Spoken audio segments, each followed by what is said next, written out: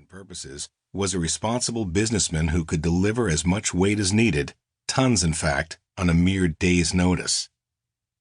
I'd studied Mackey and his crew of ruthless rip-off artists and killers the way I would any other dealer or buyer before making a transaction.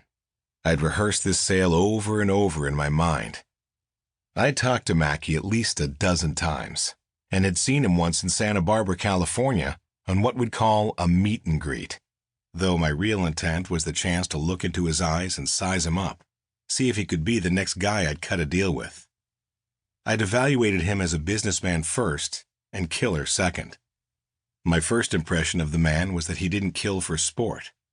My second was that he always seemed to wear a strap, as did his cabal of Jamaican expat security goons. I may have never carried a gun, but my ace in the hole, and one Mackey was aware of, was that I represented some very dangerous people with a very long reach.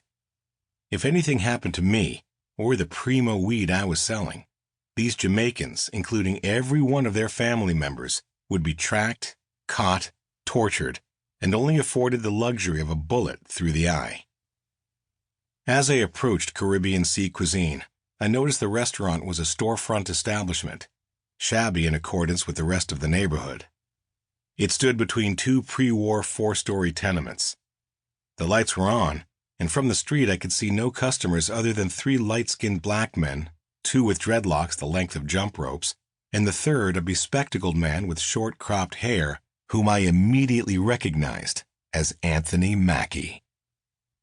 They appeared to be in quiet conversation, sitting at a four-top table next to the counter. This was not how our meet was to go down. I was to meet Mackey alone in his restaurant.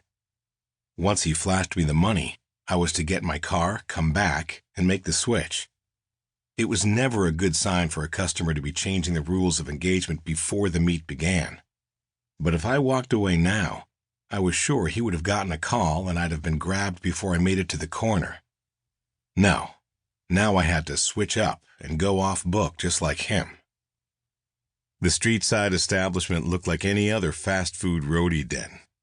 Above the counter, covered by grease-stained plexiglass, were faded pictures of jerk chicken, oxtail, beef roti, and other Jamaican delicacies I did not recognize, nor had any desire or proclivity to eat.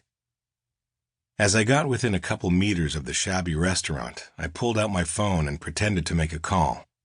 I set my cell phone to record everything that was about to happen. I spoke into the phone and gave the exact address and quick description of the men inside the restaurant.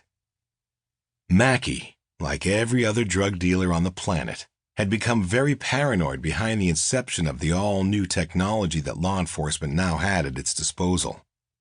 My colleagues guaranteed me that the modified phone I was using would not read as a bug. In fact, they wanded the transmitter in front of me, and it registered nothing. From the outside, it appeared to be just another cell phone. I entered the restaurant, and though I'm sure Mackey knew exactly where I was once I stepped onto 2nd Avenue, if not the moment I parked my car, he feigned complete surprise. Mackey had a big personality to match his big evil. He stood up, hugged me tightly as if we were old friends, and in his thick Jamaican brogue said, "Yeah, man, here come the big man all the way from the sunny coast of California. Roman, meet me business partners, Zeke and Colin."